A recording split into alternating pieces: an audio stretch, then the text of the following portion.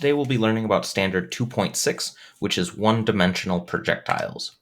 A projectile is just an object that moves through the air when it's only influenced by gravity. So like an example would be a baseball once you let it go, because once you let it go, there's no more force on it other than gravity pulling it down towards the ground.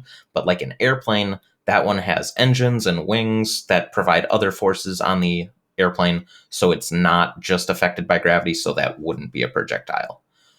So we will deal with three main types of projectiles here. You can see this one is just a horizontal projectile that falls as it moves on. This one is vertical, where it just goes straight up and straight down. And this one has an angle, so it's kind of going forwards and kind of going up, and then we get that classic projectile trajectory there.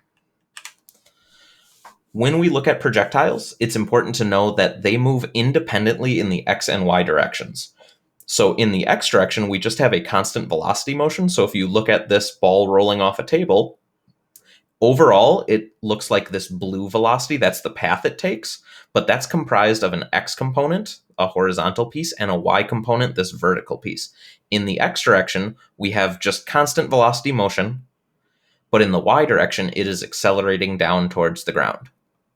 So we can look at each direction. Again, constant velocity in the x direction, y direction, it's accelerating towards the ground, and we are just going to use our equations that we've learned so far this year to combine those two to get a full picture of this object's motion.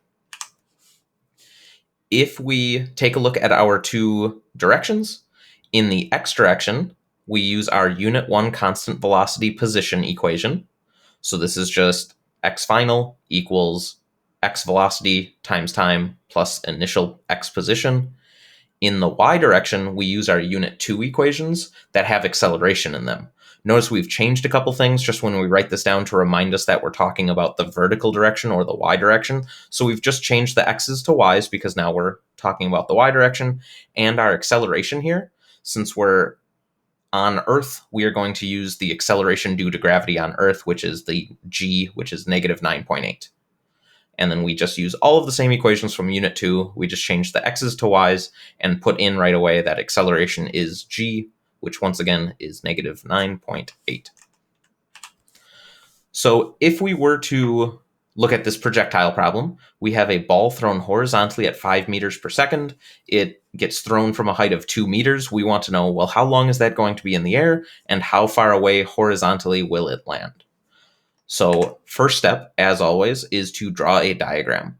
So here's our diagram. We have the ball thrown horizontally at 5 meters per second. It's 2 meters off the ground. And you can see as it moves, it's just going to slowly make its way to the ground. And we don't know that change in position. So we don't know how far away it lands. If we identify our givens, we know the initial velocity is 5 meters per second. Remember, that's horizontal.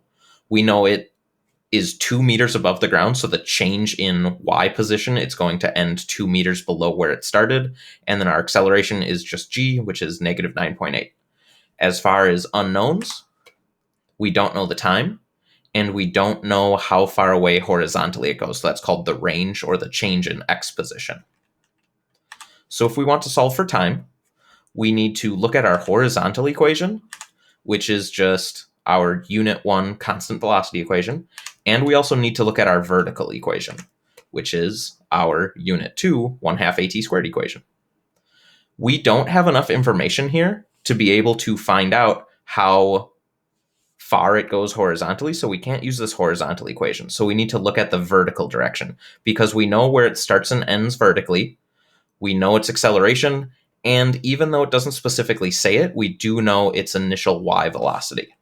So when we plug our values in, we get here that it ends on the ground. It starts with a height of 2 meters. We have our acceleration is negative 9.8.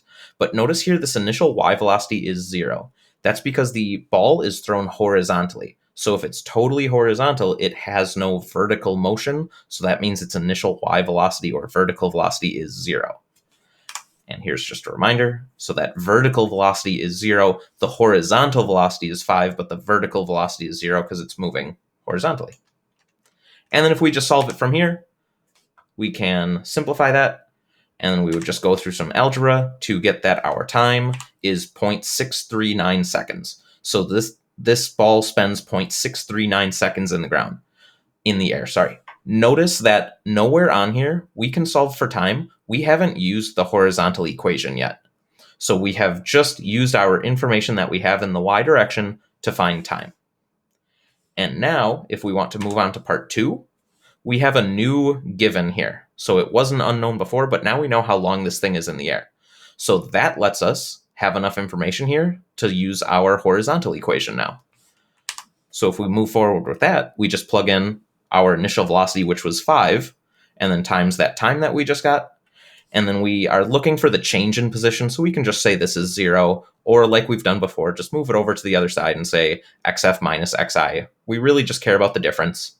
So if we take 5 times 0.639, we get a final position, or how far this ball went, of 3.19 meters. If we take a look at a second example, here we have a plane airdropping supplies to a target on the ground. The plane is flying at 50 meters per second, and it is going to release the supplies when it's 400 meters away from the target.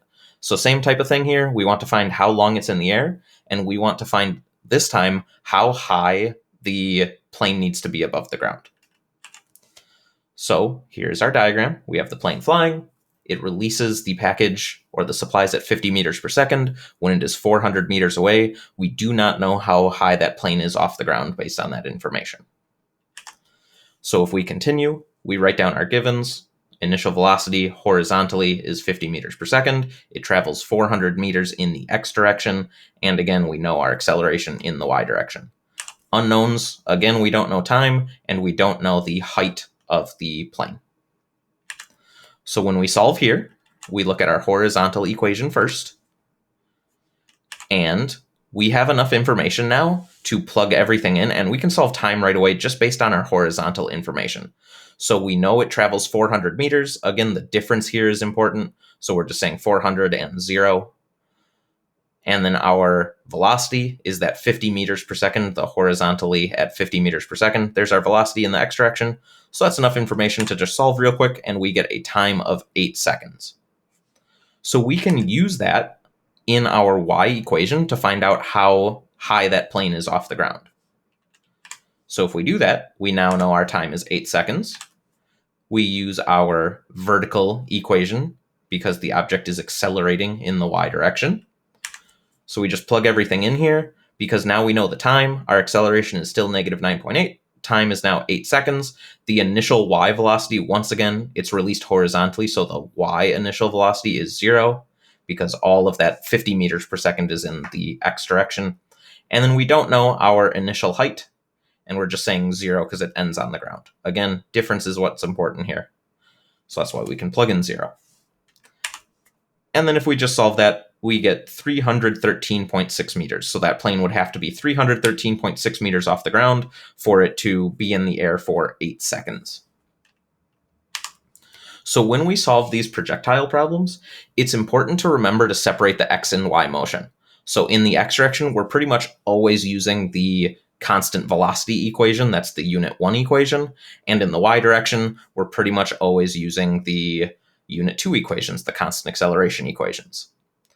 Both of those examples, and this will be a common theme in projectile problems, we used time to go from one direction to the other direction. So in the first example, we had enough information in the y direction to find time, and then we plugged that into x to find out some x information. In the second example, we did the opposite. We used the x equation to find time, and then we put that into the y equation. So that will be a common theme.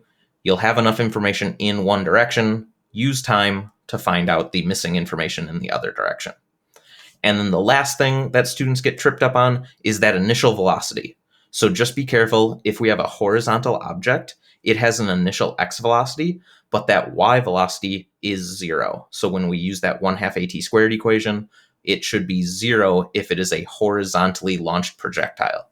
If it's a vertically launched projectile, we've already been doing problems like that. Those are just our free fall problems from 2.4.